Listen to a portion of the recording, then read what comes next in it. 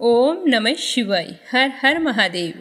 सभी श्रोताओं का स्वागत है आपके अपने चैनल मीरा भक्ति स्टोरीज में। आप अपना प्यार और सहयोग हमेशा यूं ही बनाए रखना। भगवान श्री हरि आपकी समस्त मनोकामनाएं पूर्ण करें। आज वैशाख माह के शुक्ल पक्ष की पंचमी तिथि और शुक्रवार है।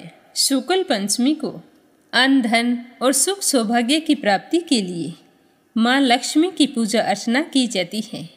शुक्ल पंचमी को श्री पंचमी के नाम से भी जाना जाता है। आज पंचमी तिथि और शुक्रवार दोनों ही माँ लक्ष्मी को समर्पित हैं और साथ ही परम पावन वैशाख का महीना चल रहा है जो श्री हरि विष्णु भगवान को अति प्रिय है। तो अब अपने सुनते हैं आज की कथा। प्रेम से बोलो गणेश जी महाराज की जय हो। एक गांव था जिसमें एक सेठ जी अपने परिवार के साथ रहा करते थे। सेठ जी का गांव के पास ही शहर में बहुत बड़ा कारोबार था। सेठ जी गणेश जी के परम भगत थे। वे पूरी श्रद्धा और विश्वास के साथ नियमित रूप से गणेश जी की पूजा किया करते थे। तो गणेश जी की कृपा से सेठ जी के घर में अन्न धन के भंडार सदैव भरे रहते थे। उनके जीवन में किसी भी प्रकार की कोई कमी नहीं थी। नित्य प्रतिदिन वो नियम से नदी पर स्नान करने जाते और आकर गणेश जी की पूजा करते, उन्हें भोग लगाते। गणेश जी की पूजा करने के बाद ही स्वयं भोजन किया करते थे। ये उनका रोजाना का नियम था। पर यह बात सेठानी जी को बिल्कुल भी अच्छी नहीं लगती थी। वो धार्मिक नहीं थी और ना ही भगवान में विश्वास रखती थी। सेठ जी को रोजाना ऐसा करने के लिए मना किया करती थी, लेकिन सेठ जी सेठानी की बात पर ध्यान नहीं देते थे। एक दिन की बात है, सेठानी सोचने लगी कि ये गणेश जी को इतना मानते हैं और कहते हैं कि सब कुछ गणेश जी भगवान ने दिया है और हमेशा इनकी पूजा करते हैं। पत्थर की पूजा करने से कुछ नहीं होता है।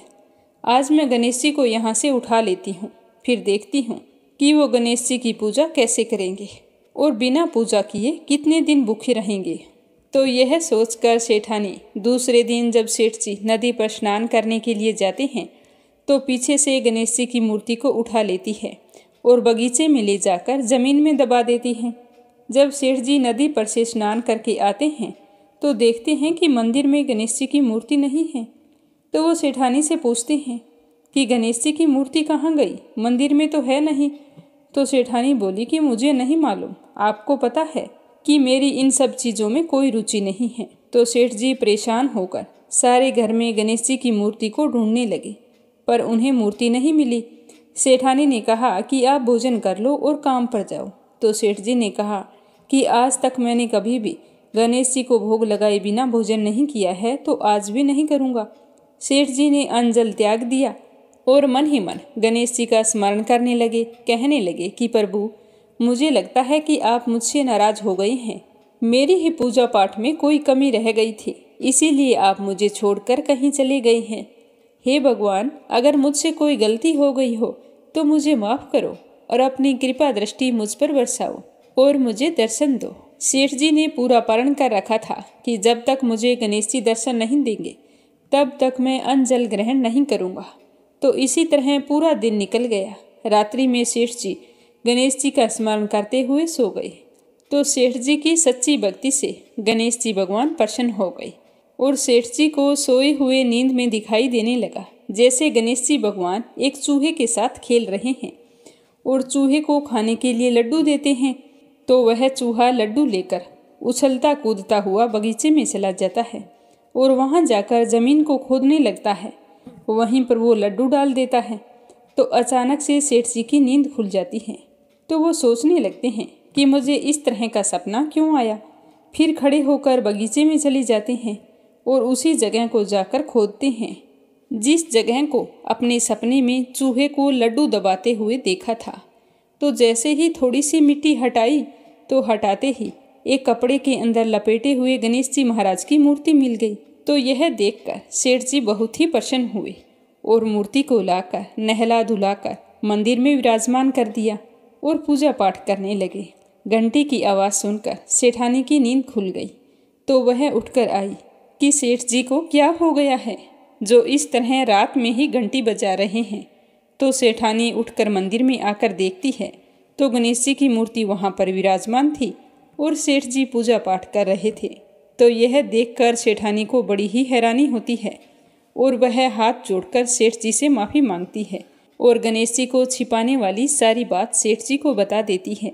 तो सेठ जी कहते हैं कि अब तो तुम्हें विश्वास हो गया होगा कि यह सब कुछ गणेश जी भगवान ने दिया है। तो सेठानी शर्मिंदा होते हुए कहती है कि मुझसे बहुत बड़ी गलती हो गई। आज के बाद मैं भी तुम्हारे साथ रोजाना नियम से गणेश जी भगवान की पूजा किया करूंगी। उसी दिन से सेठ और सेठानी प्रेम पूर्वक पूरे श्रद्धा भाव से गणेश जी भगवान की पूजा करने लगे। हे गणेश जी भगवान, जैसे आपने अपना आशीर्वाद सेठ जी पर बनाए रखा, उसी तरह सभी पर बनाए रखना। जो भी आपकी पूजा पाठ करके इस कथा को सुने, उसकी सारी मनोकामनाएं पूर्ण करना। बोलो गणेश जी भगवान की जय हो। अब अपने सुनते हैं लक्ष्मी माता की कहानी। इस कहानी को सुनने से अन्न धन और सुख सौभाग्य की प्राप्ति होती है। प्रेम से बोलो माँ महालक्ष्मी जी की जय हो। आप भी कमेंट बॉक्स में लक्ष्मी माता का जयकारा जरूर लगाएं। एक समय महाराज युधिष्ठिर श्री कृष्ण से बोले कि हे पुरुषोत्तम, नष्ट हुए अपने स्थान की पुनः प्राप्ति कराने वाले और पुत्र, आयु, ऐश्वर्य तथा मनोवांछित फल देने वाले किसी एक व्रत को मुझे बताइए। तो श्री कृष्ण ने युधिष्ठिर से कहा कि सतयुग के प्रारंभ में जिस समय दैत्यराज वृत्रासुर ने देवताओं के स्वर्ग लोक में प्रवेश किया था, उस समय इंद्र ने यही सवाल नारद जी से किया था। तो नारद जी ने कहा था कि हे इंद्र, पूर्व समय में अत्यंत रमणीक पुरंदपुर नामक एक नगर था। वह नगर धर्म, अर्थ, काम और मोक्ष इन चारों पुरुषार्थों की उत्पत्ति स्थल होने के कारण संसार का भूषण रूप था। उस नगर में मंगलदीप नाम का राजा राज्य करता था। उसकी 2 रानियां थी। एक का नाम था चील देवी और दूसरी का नाम था चोल देवी। एक समय की बात है, राजा मंगल रानी चोल देवी के साथ महल के शिखर पर बैठा था। वहां से उसकी दृष्टि समुद्र के जल से घिरे हुए एक स्थान पर पड़ी। तो उसे देखकर बहुत ही प्रसन्न होते हुए राजा ने हंसकर चोल देवी से कहा कि हे चंचलाक्षी, मैं तुम्हारे लिए नंदनवन को भी लजाने वाला एक बगीचा बनवाऊंगा। तो राजा के ऐसे वाक्य को सुनकर रानी ने कहा कि हे कांत, अगर आप ऐसा करेंगे तो मुझे बहुत ही प्रसन्नता होगी। थोड़े ही समय में राजा ने वहां पर बगीचा बनवा दिया। वह बगीचा अनेक वृक्षों, लता, फूलों तथा पक्षियों से संपन्न था। एक समय उस बगीचे में एक विकराल शरीर वाला मेघ के समान सूकर आ गया। उसने वहां आकर अनेक वृक्षों को तोड़ डाला और उस बगीचे को नष्ट भ्रष्ट कर दिया। काल तुल्य उस सूकर ने कई रखवालों को भी मार डाला। तब बगीचे की रखवाली करने वाले कई लोग भयभीत होकर राजा के पास गए और सारा हाल कह सुनाया। यह बात सुनकर राजा ने अपनी सेना को आज्ञा दी कि जल्दी से जाओ और उस सूकर को मार डालो। यह कहकर राजा भी एक मतवाले हाथी पर सवार होकर उस बगीचे की ओर चल पड़े। सेना ने सूकर को चारों ओर से घेर लिया। तो राजा ऊंचे स्वर में कहने लगे कि जिस किसी के पास से यह सूकर जीवित निकल जाएगा, उस सिपाही का सिर मैं शत्रु की भांति काट डालूंगा। यह सुनकर सारे सिपाही डर के मारे कांपने लगे। तभी वह सूकर जोरों से भागकर राजा के पास से निकल गया और राजा कुछ नहीं कर पाए और राजा उसका पीछा करने लगे। वह चलते चलते एक घोर वन में पहुंच गया। राजा एकाग्रचित होकर उस सूकर को ढूंढ रहे थे। तभी एकाएक सूकर से सामना हो गया। तब राजा ने उसे बाण मारकर घायल कर दिया।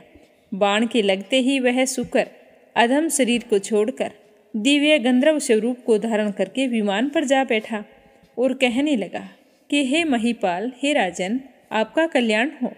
आपने मुझे सूकर योनि से छुड़ाया है, आपकी बड़ी कृपा होगी। तो राजा कहने लगे कि ये सब कुछ कैसे हुआ, आप अपने बारे में मुझे बताइए। तो वह कहने लगा कि एक समय की बात है, पितामह ब्रह्मा जी देवताओं से घिरे हुए बैठे थे और मैं उनको तरह तरह के गुणों से युक्त गीत सुना रहा था। गाते गाते मैं ताल स्वर से भटक गया। तो पितामह ब्रह्मा जी को गुस्सा आ गया और उन्होंने मुझ चित्तरथ गंधर्व को श्राप दे दिया और कहा कि तुम पृथ्वी पर जाकर शुक्र बनकर रहे। तो मैंने अपनी गलती के लिए क्षमा मांगी। मैंने पितामह से कहा कि श्राप तो कभी भी वापस नहीं हो सकता, पर मुझे ये बताओ कि मुझे शुक्र की योनि से मुक्ति कैसे मिलेगी। तो पितामह कहने लगे कि जिस समय राजाओं का राजा मंगल तुझे अपने हाथों से मारेगा, उस समय तू शुक्र की योनि से छूटकर फिर से इस गंधर्व योनि को प्राप्त होगा। अतः हे राजन, मैं श्राप के कारण शुक्र की योनि में आया था और आज आपके हाथ से मरकर मैं शुक्र योनि से मुक्ति पा गया हूँ। अब मैं प्रसन्न होकर एक दुर्लभ वरदान देता हूँ, उसे स्वीकार करिए। धर्म, अर्थ, काम तथा मोक्ष को देने वाला यह एक महालक्ष्मी व्रत है। इसे करके आप सार्वभौम राजा हो जाएंगे। अब आप प्रसन्नचित होकर अपनी राजधानी जाइए। तो इस तरह कहकर चित्ररथ गंधर्व उसी क्षण अंतर्ध्यान हो गया। राजा मंगल ज्यों ही चलने लगे, तभी वहां पर एक बटुक दिखाई दिया। तो राजा ने उस बटुक से पूछा कि तुम कौन हो, यहाँ किस लिए आए हो। तो बटुक कहने लगा कि हे राजन, मैं आपके राज्य का ही एक ब्राह्मण बालक हूँ तथा आपके साथ साथ यहाँ आया था। मेरे योग्य कोई कार्य हो तो बतलाइए। तो राजा ने कहा कि आज से मैं तुम्हें नूतन कहूँगा। अगर यहाँ कोई जलाशय हो तो मेरे लिए थोड़ा जल लेकर आओ। तो वह बटुक राजा को एक बरगद के वृक्ष के नीचे बैठाकर स्वयं घोड़े पर सवार होकर जल लेने के लिए आगे चल दिया। वो थोड़ी ही दूर गया था, तभी उसे एक बहुत ही सुंदर तालाब दिखाई दिया, मानो स्वयं विष्णु भगवान एवं लक्ष्मी जी का निवास वहां पर हो। वह तालाब स्वच्छ जल से भरा हुआ था तथा कमल के फूलों से शोभा पा रहा था। तालाब के किनारे बहुत सारी महिलाएं कहानी कह रही थी। तो बटुक वहां जाकर अपना परिचय देते हुए उनसे पूछा कि आप ये क्या कर रही हैं। तो वे सारी महिलाएं कहने लगी कि हमने महालक्ष्मी जी का व्रत किया है, तो उसी की कथा हम कह रही हैं। तो बटुक बोला कि इस व्रत को करने से क्या होता है और इसे कैसे किया जाता है, आप अगर मुझे बताएं तो आपकी बड़ी कृपा होगी। तो उन महिलाओं ने कहा कि तुम भी इस व्रत को करो और तुम्हारे राजा से भी इस व्रत को कराओ। यदि कोई उत्तम व्यक्ति मिल जाता है तो उससे भी इस व्रत को कराना, किंतु नास्तिक लोगों के सामने कभी भी इस व्रत का जिक्र मत करना और ना ही उन्हें कहानी सुनाना। तो इस तरह व्रत की सारी विधि जानकर बटुक ने पानी पिया और फिर घोड़े को पानी पिलाकर राजा के लिए पानी लेकर घोड़े पर सवार होकर चल दिया। राजा के पास पहुंचकर राजा को पानी पिलाकर व्रत का सारा महात्म्य बतलाया और अनेक प्रकार की सामग्री एकत्रित करके राजा से व्रत करवाया। उसके बाद राजा घोड़े पर सवार होकर ब्राह्मण बटुक के साथ अपनी पुरी के निकट पहुंचा। अपने राजा को आते देखकर पूर्ववासियों ने तुरही आदि बाजाओं को बजाते फूल मालाओं से उनका स्वागत किया। स्त्रियों के द्वारा फेंके हुए धान के लावों से पूजित हो उस ब्राह्मण बटुक के साथ राजा मंगल अपनी पटरानी चोल देवी के महल में चले गए। महल में जाते ही रानी ने राजा के हाथ में एक डोरा बंधा हुआ देखा तो रानी को बहुत ही गुस्सा आया। उसने कहा कि मालूम होता है कि राजा शिकार के बहाने किसी दूसरी स्त्री के पास गए थे। उसी के सौभाग्य के लिए राजा ने अपने हाथ में यह डोरा बांध रखा है। साथ में जो ब्राह्मण बालक है, लगता है कि उसी ने इसे भेजा है। यह बालक मुझे देखने के लिए आया है। ऐसा विचार करके चोल देवी ने राजा के हाथ में बंधा डोरा तोड़कर पृथ्वी पर फेंक दिया। संयोग से उसी समय चील देवी की दासी कुछ देखने के लिए आई थी, तो उसने उस डोरे को उठाया और ब्राह्मण बटुक से उसका कारण पूछा। तो बटुक ने दासी को सारी बात बताई और व्रत के बारे में भी बताया। तब वह दासी चील देवी के पास गई और व्रत का सारा महात्म्य बतलाया और ब्राह्मण को बुलाकर विधिवत महालक्ष्मी जी का उत्तम व्रत और पूजन किया। 1 वर्ष बाद महालक्ष्मी के दिन चील देवी के महल में बाजाओं का शब्द हुआ। तो यह शब्द राजा मंगल ने भी सुना। तब राजा को महालक्ष्मी व्रत का ध्यान आया और वह बटुक से कहने लगा कि अरे, आज महालक्ष्मी की पूजा का दिन है, मेरा वह डोरा कहाँ गया। तो बटुक कहने लगा कि आपका वह डोरा चोल देवी ने तोड़कर फेंक दिया था। यह सुनकर राजा चोल देवी पर कुपित हो गए और कहने लगे कि आज से मैं चील देवी के साथ पूजन करूँगा। तब राजा बटुक के साथ चील देवी के महल में गया। तभी लक्ष्मी जी एक वृद्धा का रूप धारण करके चोल देवी के महल में उसकी परीक्षा लेने के लिए आई थी। तो चोल देवी उस वृद्धा को भला बुरा कहने लगी और कहा कि तुम यहाँ से चली जाओ। तो बूढ़ी औरत के रूप में आई महालक्ष्मी ने चोल देवी को श्राप दिया कि तू शुक्रमुखी हो जा और यह मंगलपुर कोल्हापुर हो जाए। तभी से वह नगर कोल्हापुर कहलाने लगा। लक्ष्मी जी वहाँ से चलकर चील देवी के महल में आई तो वहाँ अनेक प्रकार से उनकी सम्मानपूर्वक पूजा हुई। पूजा के बाद चील देवी ने साक्षात लक्ष्मी जी का पूजन किया। तब लक्ष्मी जी बोली कि मैं तुम्हारी श्रद्धा भक्ति और पूजा पाठ से बहुत ही खुश हूँ, तुम जो चाहो वरदान मांग लो। तो चील देवी ने कहा कि हे सुरेश्वरी, जो आपका उत्तम व्रत करे उसके घर में आप सदैव निवास करें। जो भी आपकी इस कथा को पढ़े, सुने या सुनाए, उनकी सारी मनोकामनाएं आप पूर्ण करें। तो चील देवी की बात सुनकर लक्ष्मी माता ने तथास्तु कहा और अंतर्ध्यान हो गई। तो राजा ने भी चील देवी के साथ पूजा की। उसी समय ईर्ष्यावश चोल देवी भी चील देवी के यहाँ चली आई। द्वारपालों ने बहुत मना किया, फिर भी वह द्वारपालों की बात ना मानकर अंदर चली आई। वहाँ राजा और चील देवी को साथ बैठे देखकर उसने मन में ना जाने क्या सोचा और चुपचाप अंगिरा ऋषि के यहाँ चली गई।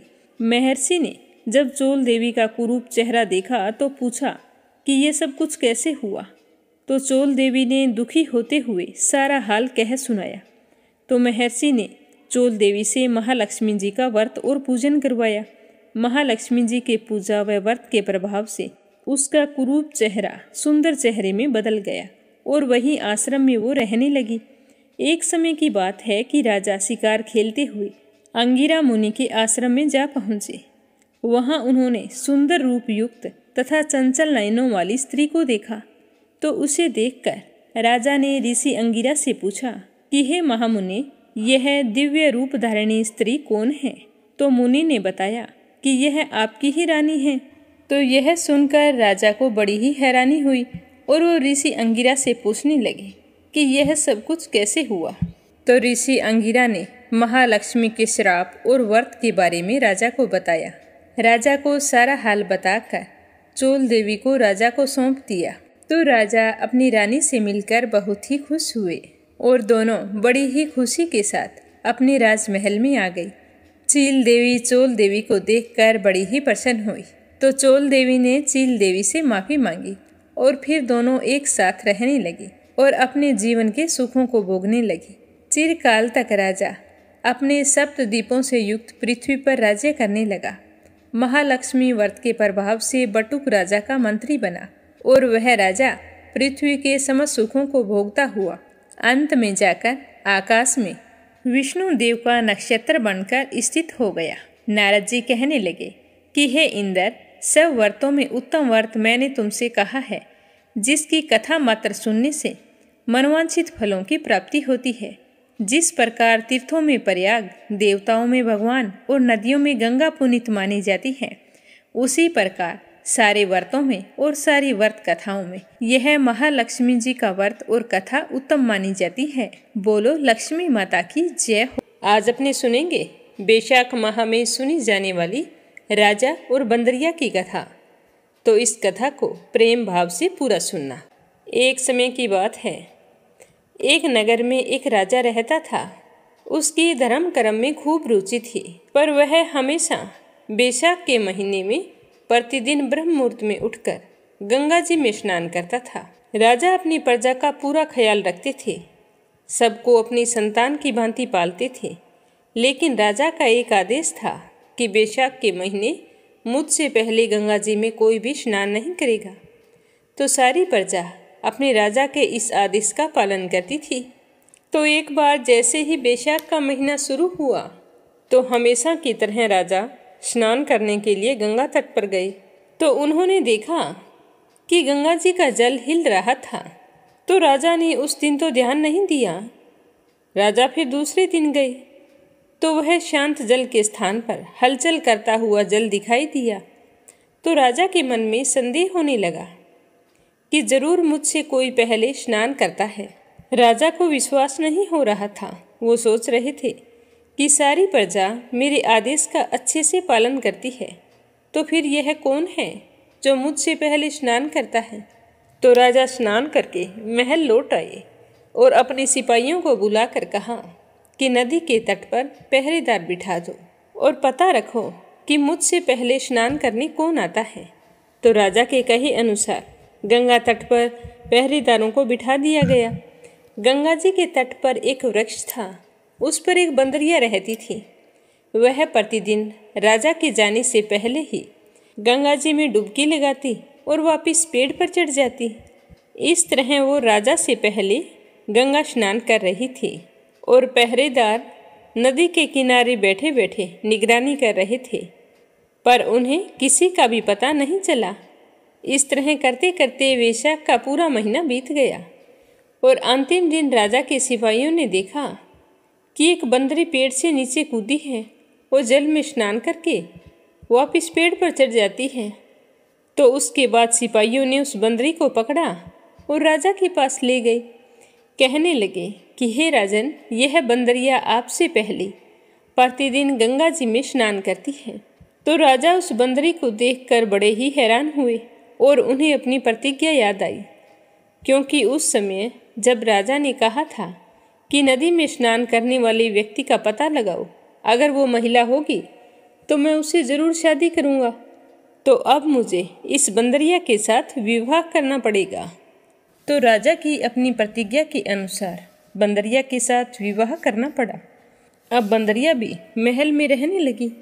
राजा की कई रानियां थीं, अन्य रानियों के कोई संतान नहीं थी और कुछ महीनों पश्चात बंदरिया के गर्भ ठहर गया।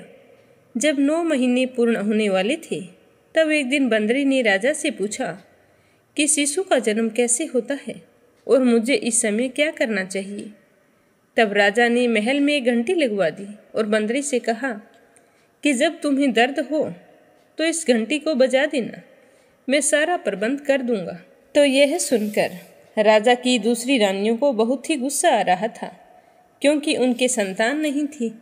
जब उन्हें चला कि बंदरिया गर्भ से है, तो यह समाचार जानकर दूसरी रानियों के मन में बंदरिया से ईर्ष्या होने लगी और वे सारी की सारी भावी संतान को नष्ट करने हेतु तरह तरह की योजनाएं बनाने लगी।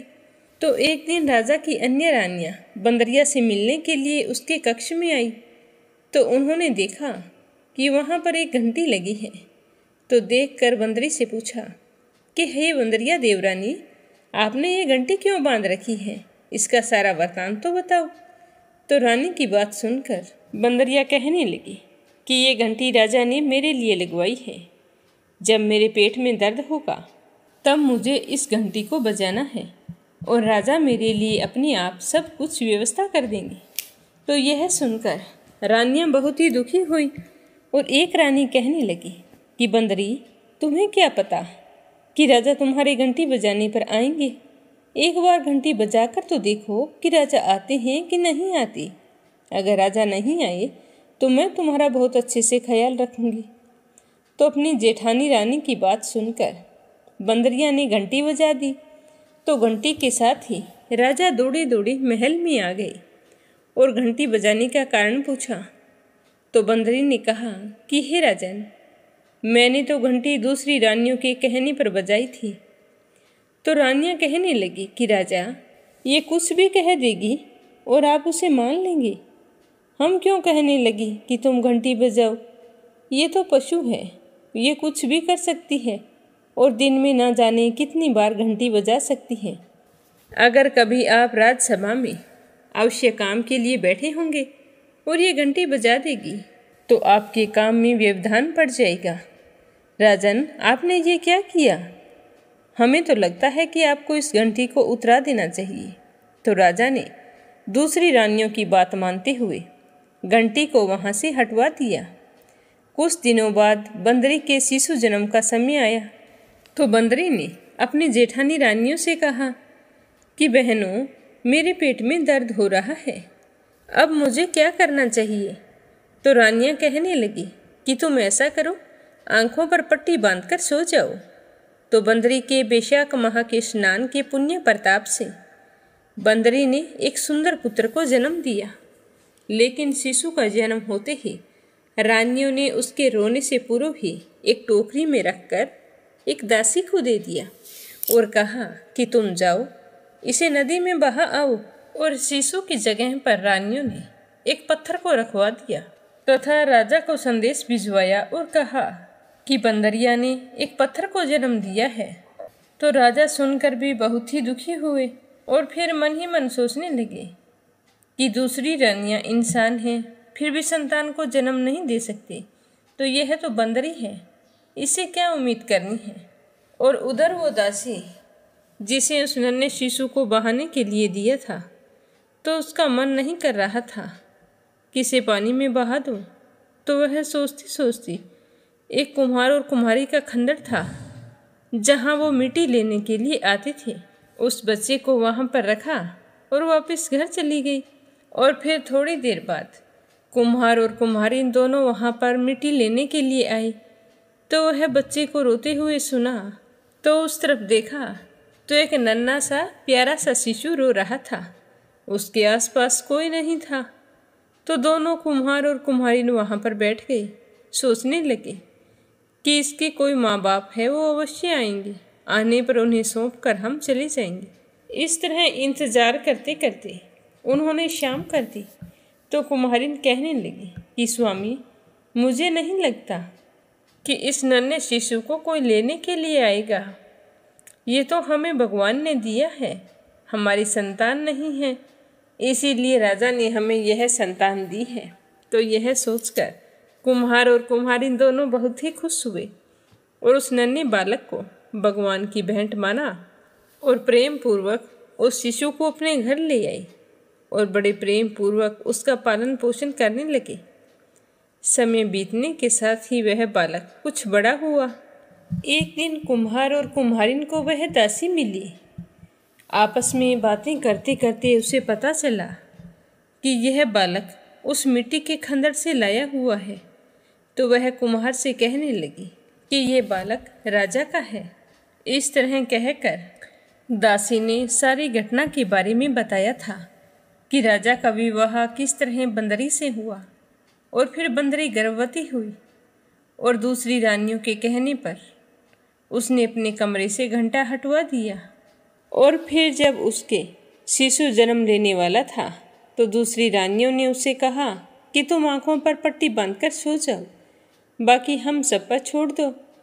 तो यह सुनकर वो भोली भाली बंदरिया आंखों पर पट्टी बांधकर सो गई। थोड़ी ही देर बाद उसने बहुत ही सुंदर बालक को जन्म दिया। तो रानियों ने उस बालक को रोने से पहले ही टोकरी में रखकर मुझे दे दिया और कहा कि तुम इसे नदी में बहाओ। लेकिन मैं उस नन्हे बालक को नदी में बहाकर पाप का भागी नहीं बनना चाहती थी। मुझे इस बालक के लिए अंदर ही अंदर बहुत ही दुख हो रहा था। तो मैं रानियों के आदेश पर उस शिशु को यहाँ तक ले आई और इस मिट्टी के खंडर में रखकर वापस घर चली गई। इससे आगे आप सब कुछ जानते हैं। तो यह सुनकर कुम्हार और कुम्हारिन बहुत ही खुश हुए कि यह राजा का बेटा है, पर हम इसे राजा को कभी नहीं सौंपेंगे। ये तो अब हमारा ही बेटा है, भगवान ने हमारे लिए ही इसे भेजा है। तो इस तरह विचार करते हुए कुम्हार और कुम्हारिन घर आ गए।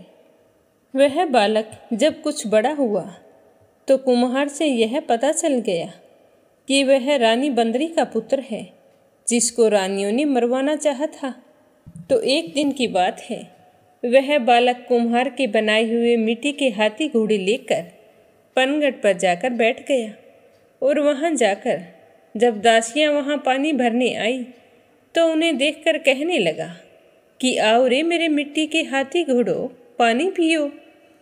जब दासियों ने यह बात सुनी तो वो हंसने लगी और कहने लगी कि अरे मूर्ख, कभी मिट्टी के हाथी घोड़े भी पानी पीते हैं क्या? तो इस पर उस बालक ने कहा कि कभी बंदरी के भी पत्थर जन्म लेता है क्या?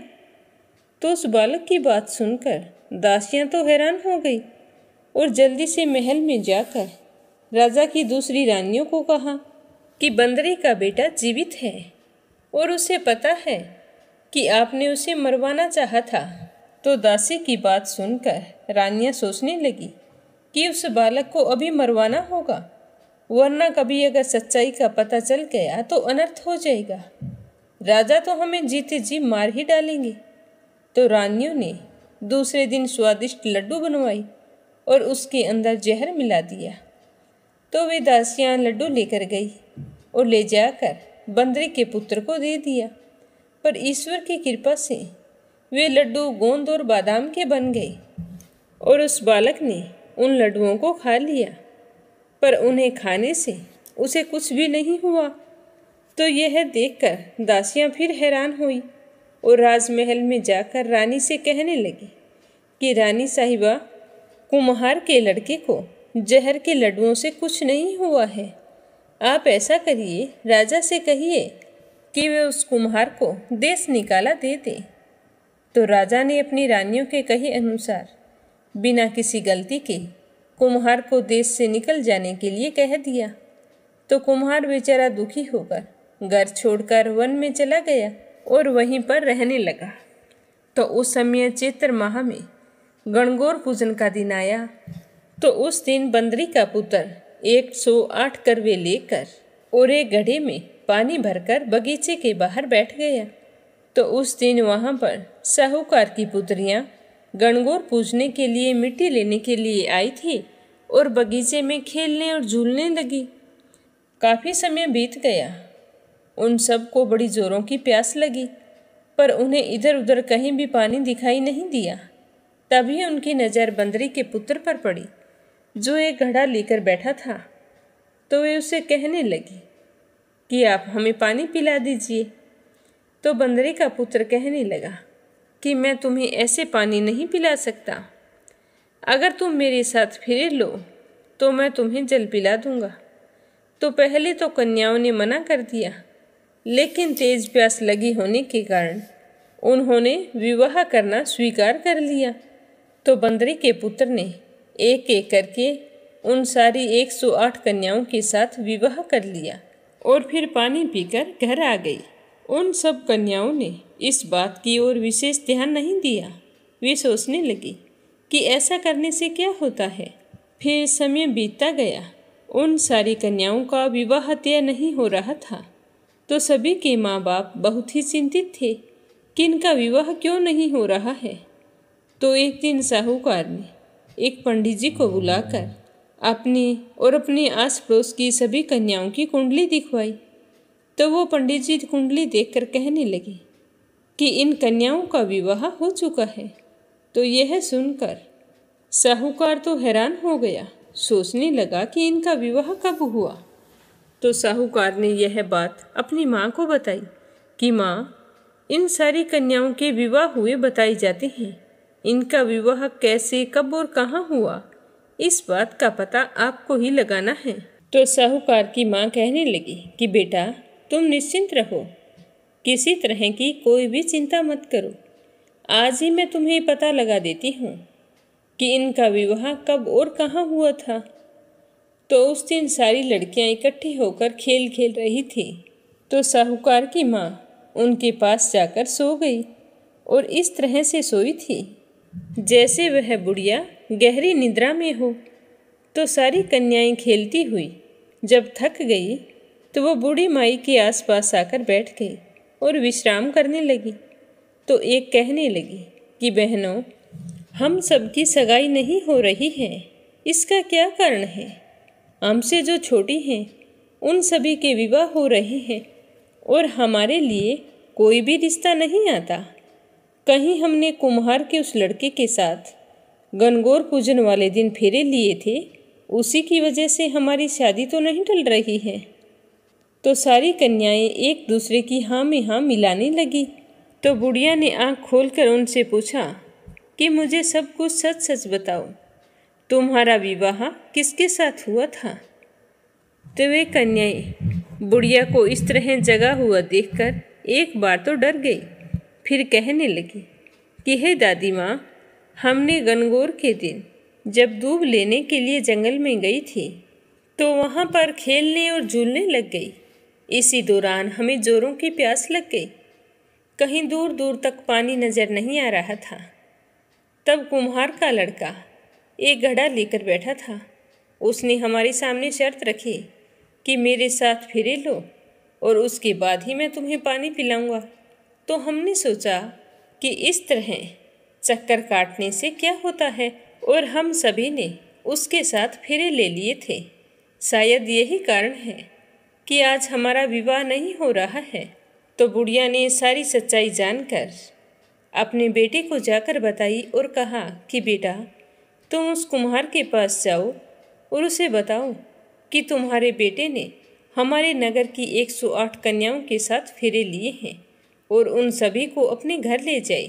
तो अपनी माँ के कहने पर साहूकार कुम्हार के पास गया और जाकर सारी बात बताई कि किस तरह उसके बेटे ने नगर की 108 कन्याओं के साथ विवाह किया है। सब कुछ वृतांत बताते हुए साहूकार ने कहा कि अब आप इन सब कन्याओं को अपने घर लेकर आओ। तो कुम्हार कहने लगा कि मैं तो निर्धन हूँ, गरीब हूँ, मेरे पास तो कुछ भी नहीं है, मैं इतनी बहुओं को घर लाकर क्या खिलाऊंगा। तो साहूकार ने कहा कि तुम इस बात की चिंता मत करो, तुम बस बारात लेकर आ जाना। तो कुम्हार साहूकार के कहे अनुसार अपने बेटे को दूल्हा बनाकर ले गया। फिर उधर 108 कन्याओं के माता पिता ने खूब ठाट बाट से पूरे स्वागत के साथ अपनी कन्याओं का विधि पूर्वक विवाह फिर से किया और कुम्हार के बेटे के साथ उन्हें विदा कर दिया और साथ में खूब सारा धन भी दिया। तो इस तरह कुम्हार अपने घर 108 बहुएं ले आया और घर में धन धान्य की कोई कमी नहीं थी। सभी ने अपनी अपनी बेटियों को खूब सारा धन दिया था। तो इस तरह साहूकार के तो दिन ही बदल गए। 1 साल बीता था कि कुम्हार के तो 108 पोते हो गए। तो कुम्हार का बेटा कहने लगा कि पिताजी, मैं चाहता हूँ कि आप समस्त नगरी को भोजन हेतु निमंत्रण दें और राजा को भी बुलावा दें। तो कुम्हार ने जैसे उसके बेटे ने कहा था उसी तरह पूरी नगरी में न्योता दिया। राजमहल में जाकर सबको न्योता देकर आया, लेकिन राजमहल से बंदरी के अलावा सारे लोग भोजन के लिए पधारे थे, लेकिन बंदरी नहीं आई थी। तो बंदरी को ना पाकर कुम्हार का बेटा राजा के पास गया और कहने लगा कि हे राजन, आप बंदरी माता को लेकर नहीं आए, क्या बात है? आप मुझे अपना रथ दीजिए ताकि मैं उन्हें भी यहाँ लाकर सम्मानित करूं। तो राजा यह सुनकर हैरान हो गई और पूछने लगी कि क्या बात है, तुम बंदरी को क्यों लाना चाहते हो? यहाँ बंदरी का क्या काम है? तब राजा के बेटे जो कुम्हार के घर पला था उसने सारी सच्चाई राजा को बता दी और रथ पालकी लेकर अपनी बंदरी माता को लाकर सभा में सबसे ऊंचे आसन पर बैठा दिया। राजकुमार ने अपनी सारी पत्नियों को समझा दिया था कि बंदरी मेरी जन्म देने वाली माता है, आप इसे खूब मान सम्मान देना। तो हर एक बहू ने रानी बंदरी के चरण स्पर्श किए और एक एक सोने का सिक्का देकर बंदरी की गोद में अपने अपने बेटों को छोड़ती गई। तो यह देखकर दूसरी रानियों को संदेह होने लगा। तो वे क्रोधित होकर राजा से कहने लगी कि हे राजन, देखो, कुम्हार के इस लड़के ने हमें यहाँ बुलाकर हमारा अपमान किया है और देखो, एक पशु का सम्मान कर रहे हैं। हम तो वापस जा रहे हैं। लेकिन राजा को संपूर्ण रहस्य ज्ञात था। उधर बंदरी भी हैरान थी कि मुझे इस तरह इतना सम्मान क्यों दिया जा रहा है। तो उसी समय कुम्हार का बेटा अपनी बंदरी माँ के पास जाता है और उनके चरण स्पर्श करके उनकी गोद में सर रखकर कहता है कि हे माँ, मुझे जन्म देने वाली आप ही हैं, मुझे आपने जन्म दिया है। उस दिन आपने कोई पत्थर को जन्म नहीं दिया था। ये सब कुछ रानियों का किया धरा है। तो यह सुनकर बंदरी बहुत ही खुश हुई और उसकी आंखों से खुशी के आंसू बहने लगे। उधर राजा ने अपनी रानियों से कहा कि मैंने पहले ही तुम पर विश्वास करके बहुत बड़ी गलती की है और आज फिर से इस गलती को दोहराना नहीं चाहता हूँ। अगर मैंने उस दिन आपकी बातों पर विश्वास ना किया होता तो मैं इतने साल तक अपने बेटे से कभी भी दूर नहीं रहता। तुमने ईर्ष्यावश बंदरी का अपमान किया और मेरे पुत्र को मुझसे दूर रखा। मुझे तुमसे ऐसी कोई उम्मीद नहीं थी। तुम सारी माफ़ी के लायक नहीं हो। अभी की अभी सारी मेरे देश से निकल जाओ। तो राजा की बात सुनकर सारी रानियां हाथ जोड़कर गिड़गिड़ाने लगी कि हे राजन, हमसे गलती हो गई। पर राजा ने कहा कि आज तुम्हें माफ़ी कभी नहीं मिलेगी। माफ़ी हमेशा गलती की मिलती है, गुनाह की नहीं मिलती। आपने तो बहुत बड़ा पाप किया है और यह पाप आपका क्षमा करने योग्य नहीं है। अतः मैं कुछ करूं उससे पहले तुम मेरी आंखों के सामने से चले जाओ। मैं तुम्हारी दर्शन नहीं करना चाहता। तो यह सुनकर सारी रानियां बहुत ही दुखी हुई, पर अब क्या हो सकता था। कर्म अपने थे, लौट कर तो आने ही थे। जो जैसा कर्म करता है वो वैसा ही फल पाता है। तो सारी रानियां बड़े दुखी मन से देश छोड़कर चली गई और राजा कुम्हार और कुम्हारिन का धन्यवाद करने लगे कि आपकी वजह से आज मेरा राजकुमार सकुशल है। आप जो चाहें हमसे मांग सकते हैं।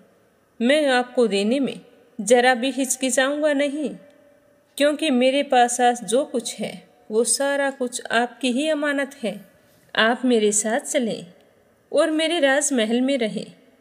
मेरे बेटे के असली माँ बाप आप ही हैं। इस तरह राजा ने निवेदन किया, लेकिन कुम्हार और कुम्हारिन नहीं माने।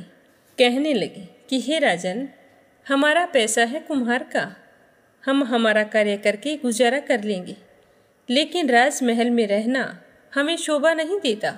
आपका राजकुमार हमारा भी बेटा है और हमने इसे बड़े प्रेम से पाला है। अब राजकुमार की जगह राजमहल में है। आप इन्हें खुशी खुशी राजमहल में ले जाइए, हमें कोई ऐतराज नहीं है। तो कुम्हार और कुम्हारिन की बात सुनकर राजा अपने बेटे, बहुओं और पुत्रों को लेकर महल में आ गया और राजकुमार का राज तिलक हुआ। पूरे नगर में खूब खुशियां मनाई गई। राजकुमार ने फिर से निवेदन किया कि माँ पिताजी, आप मेरे साथ महल में रहें, लेकिन वो नहीं माने। कहने लगे कि नहीं बेटा, हमें तो जाना होगा और हमारा आशीर्वाद तुम्हारे साथ हमेशा रहेगा। तो यह सुनकर राजकुमार का मन उदास हो गया। तो यह देखकर राजकुमार की सबसे छोटी पत्नी राजकुमार के पास आई और कहने लगी कि हे स्वामी, अगर आप बुरा ना माने तो मैं आपसे एक बात कहना चाहती हूँ।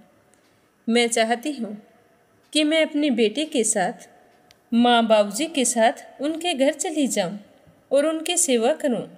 मैंने तो सच्चे मन से उन्हें ही सास ससुर माना है। क्या इस हाल में उन्हें अकेला छोड़ना ठीक होगा? और कभी कभार आप भी हमारे पास आते जाते रहना, मुझे इसके लिए आज्ञा चाहिए। तो यह सुनकर राजकुमार बहुत ही खुश हुआ और अपनी सबसे छोटी रानी को अपने माँ बाप कुम्हार और कुम्हारिन के साथ भेज दिया। साथ में खूब सारा धन भी दिया। नया महल बनवाया और फिर उस महल में कुम्हार कुम्हारिन अपनी बहू और पोते के साथ खुशी खुशी रहने लगे और राजकुमार भी आता जाता रहता था। और उधर महल में राजा अपने बेटे और अपने बेटे की 107 बहुएं और 107 पोतों के साथ खुशी खुशी रहने लगे। उनकी खुशी का कोई भी ठिकाना नहीं था। वो सोचते थे कि मैंने ज़रूर कोई पुण्य कर्म किए हैं, तो उसकी वजह से आज मेरा राजमहल हरा भरा हो गया है। इस कथा को सुनने से पता चलता है कि वैशाख स्नान का कितना महत्व होता है। इसीलिए सबको वैशाख के महीने में सूर्योदय से पहले स्नान करना चाहिए।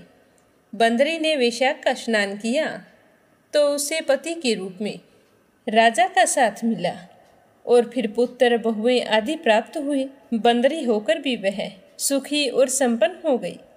हे विष्णु भगवान, जैसे आपने बंदरी को वैशाख स्नान का पुण्य फल दिया, उसी प्रकार हमें भी देना।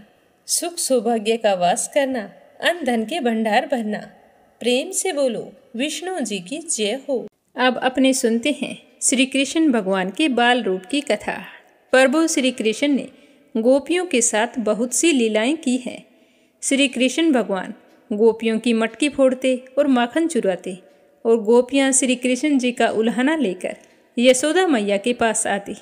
तो ऐसा बहुत बार होता था। एक समय की बात है कि यशोदा मैया को कृष्ण कन्हैया के उल्हानों से गुस्सा आ गया और वो छड़ी लेकर कन्हैया के पीछे दौड़ी। जब प्रभु ने अपनी मैया को क्रोध में देखा तो वो अपना बचाव करने के लिए भागते भागते एक कुम्हार के पास पहुंच गई। कुम्हार मिट्टी के घड़े बनाने में व्यस्त था, लेकिन जैसे ही कुम्हार ने श्री कृष्ण को आया हुआ देखा तो वह बहुत ही प्रसन्न हुआ। कुम्हार जानता था कि श्री कृष्ण साक्षात परमेश्वर है। तब प्रभु ने कुम्हार से कहा कि कुम्हार जी, आज मेरी मैया मुझ पर बहुत ही क्रोधित है और छड़ी लेकर मेरे पीछे आ रही है। भैया, आप मुझे कहीं छुपा लो। तो कुम्हार ने एक बड़े से मटके के नीचे कान्हा जी को छुपा दिया। थोड़ी ही देर बाद में यशोदा मैया वहां आ गई और कुम्हार से पूछने लगी कि कुम्हार, तूने मेरे कन्हैया को देखा है क्या? तो कुम्हार कहने लगा कि नहीं मैया, मैंने कन्हैया को नहीं देखा। मैं तो मेरे घड़े बनाने में व्यस्त था, वो कहीं और चला गया होगा। तो कान्हा जी ये सारी बातें घड़े के नीचे छुपकर सुन रहे थे। तो कुम्हार की बात सुनकर यशोदा मैया तो वहाँ से चली गई। तो यशोदा मैया के चले जाने के बाद कान्हा जी कुम्हार से कहते हैं कि भैया, यदि मैया चली गई है तो मुझे इस घड़े के नीचे से बाहर निकालो। तो कुम्हार कहने लगा कि नहीं प्रभु जी, ऐसे नहीं निकालूंगा। पहले मुझे 84 लाख योनियों के बंधन से मुक्त होने का वचन दो। तो भगवान मुस्कुराए और कहने लगे कि ठीक है, मैं तुम्हें 84 लाख योनियों से मुक्त करने का वचन देता हूँ, अब तो मुझे बाहर निकाल दो। तो कुम्हार कहने लगा, नहीं प्रभु जी, मुझे अकेले को नहीं, मेरे परिवार के सभी लोगों को 84 लाख योनियों के बंधन से मुक्त करने का वचन दोगे तो ही मैं आपको इस घड़े के नीचे से बाहर निकालूंगा। तो कुम्हार की बात सुनकर कान्हा जी ने मुस्कुराते हुए कहा कि चलो ठीक है, मैंने तुम्हारे परिवार के सभी सदस्यों को 84 लाख योनियों के बंधन से मुक्त होने का वचन देता हूँ, अब तो मुझे घड़े से बाहर निकाल दो। तो कुम्हार कहने लगा कि बस प्रभु जी, एक विनती और है, उसे भी पूरा करने का वचन अगर दे दो तो मैं आपको घड़े से बाहर निकाल दूंगा। तो कान्हा जी कहने लगे कि वो भी बता दो, क्या कहना चाहते हो? तो कुम्हार कहने लगा कि प्रभु जी, जिस घड़े के नीचे आप छुपे हो उसकी मिट्टी मेरे बैलों के ऊपर लाद कर लाई गई है। मेरे इन बैलों को भी 84 के बंधन से मुक्त करने का वचन दो तो मैं तुम्हें घड़े के नीचे से बाहर निकालूंगा। तो भगवान ने कुम्हार के प्रेम पर प्रसन्न होकर उन बैलों को भी 84 के बंधन से मुक्त होने का वचन दे दिया। फिर कान्हा जी कहने लगे कि अब तो तुम्हारी सारी इच्छाएं पूरी हो गई हैं, अब तो मुझे घड़े से बाहर निकाल दो। तो कुम्हार कहने लगा, नहीं नहीं भगवान, एक अंतिम इच्छा है, उसे भी पूरा कर दीजिए। तो कान्हा जी कहने लगे कि जल्दी करो, अपनी इच्छा बताओ, मेरी मैया मुझे ढूंढते ढूंढते परेशान हो गई होगी। तो कान्हा जी की बात सुनकर कुम्हार कहने लगा कि मेरी अंतिम इच्छा ये है कि जो भी प्राणी हम दोनों के बीच में हुए इस संवाद को सुनेगा वह 84 लाख योनियों के बंधन से मुक्त हो जाएगा। यह वचन दे दो तो मैं आपको इस घड़े से बाहर निकाल दूंगा। तो कुम्हार की इस तरह प्रेम भरी बातों को सुनकर श्री कृष्ण भगवान बहुत ही खुश हुए और कुम्हार की इस इच्छा को भी पूरा कर दिया। फिर कुम्हार ने बाल श्री कृष्ण को घड़े के नीचे से बाहर निकालकर उनके चरणों में साष्टांग प्रणाम किया, प्रभु जी के चरण धोए और चरणामृत लिया। अपनी पूरी झोंपड़ी में चरणामृत का छिड़काव किया और प्रभु जी के गले लगकर इतना रोए कि प्रभु में ही विलीन हो गए। तो सोचने की बात यह है कि जो बाल श्री कृष्ण 7 कोस लंबे चौड़े गोवर्धन पर्वत को अपनी एक अंगुली पर उठा सकते हैं तो क्या वे गड़ा नहीं उठा सकते थे? पर बात यह है कि बिना प्रेम रिजे नहीं नटवर नंद किशोर। कोई कितने भी यज्ञ करे, अनुष्ठान करे, कितने भी दान करे, चाहे कितनी भी भक्ति कर ले, लेकिन जब तक मन में प्राणी मात्र के लिए प्रेम नहीं होगा तो प्रभु श्री कृष्ण से मिलन कभी नहीं हो सकता। बोलो कान्हा जी की जय हो।